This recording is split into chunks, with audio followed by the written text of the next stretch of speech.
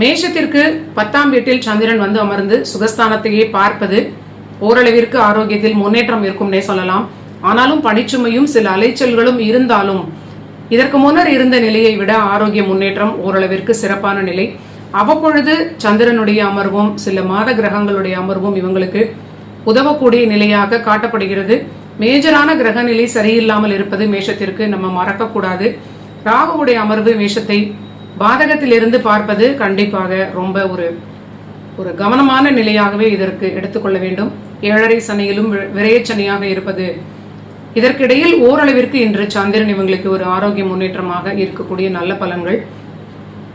பெரிய தைரியம் தன்னம்பிக்கை அதிகரிக்கக்கூடிய அளவிற்கு தொழில் லாபமும் வருமானத்தில் ஏற்றமும் இவங்களுக்கு ஒரு பெரிய பலன். ராசிநாதன் ராசியை பார்க்கக்கூடிய செவ்வாயுடைய பார்வை மேலும் ஒரு நல்ல பலன்கள். முயற்சியால் நல்ல ஒரு வருமானத்தை அடையக்கூடிய நிலை. திருமண வாழ்விலும் ஓரளவிற்கு இணக்கமான நிலையாக காணப்படுகிறது. அடுத்தது ரிஷபத்திற்கு பார்க்கலாம். ரிஷபத்திற்கு 9ஆம் வீட்டில் அதே பாதக வீட்டில் அமர்ந்த சந்திரனாக இருப்பது 3ஆம் வீட்டிற்கு ஒரு பார்வை கிடைப்பது ஒரு விபரீத ராஜயோகமாக எடுத்துக்கொள்ளலாம். ஆனால் தேவையில்லாத முயற்சிகளும் அளவுக்கு அதிகமான தைரியத்தையும் கண்டிப்பாக தவிர்த்துவிட்டு நல்ல விஷயங்களுக்கு நீங்க பயன்படுத்திக் கொள்ளக்கூடிய ஒரு நல்ல முயற்சி வெற்றியாக இன்று அமையும். ஓரளவிற்கு லாபமான நிலை, வருமானம் உயரும், தொழில் லாபம், பணி ஏற்றம் எல்லாமே இவங்களுக்கு அற்புதமான நிலை. ஆனால் திருமண வாழ்வில் தொடர்ந்து அனுசரிப்பதும் குழந்தைகளுடன் விட்டுக் கொடுப்பதும் ரிஷபத்திற்கு முக்கியமான பலன்கள்.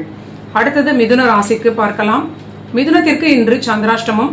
வாக்குஸ்தானம் குடும்பஸ்தானம் ஆகிய சந்திரன் 2 குடையவர் தன்னுடைய சுயசாரத்திலே காலை மணி 9:13 அவர் 8இல் அமர்ந்து 2ஆம் வீட்டையே பார்ப்பதனால் குடும்ப வாழ்வில் அதிக அக்கறை தேவை.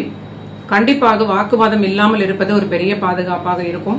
குடும்ப ரிலேஷன்ஷிப் உள்ள இருக்கக்கூடிய பிரச்சனைகளை வெளியிலிருந்து யாரும் வராமல் நீங்க ப்ரொடெக்ட் செய்து கொள்வது ஒரு நல்ல நிலையாக காணப்படுகிறது.